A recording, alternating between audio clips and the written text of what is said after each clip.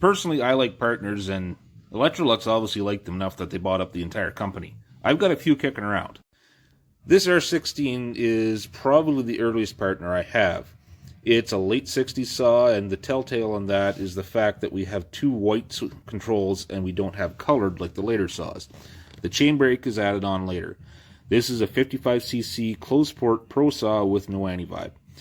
This guy is probably a little bit later. It's still a 55cc, but it is an anti-vibe saw, so it is an R17 or a 417 or something along that line. I don't think it's too late because it doesn't appear to have electronic ignition. It still looks to be a point saw.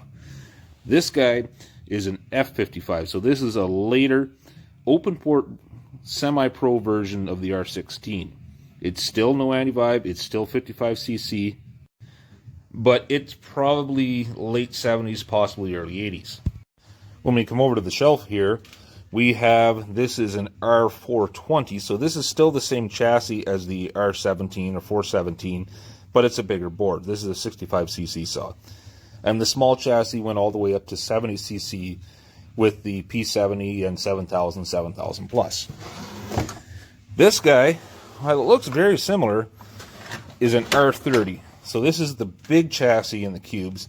This started out at 85cc, and the big ones are 100.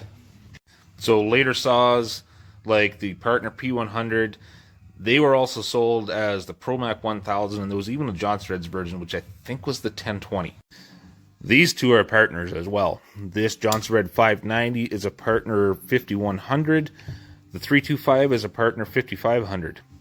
So those guys are built on the Partner 5000 chassis.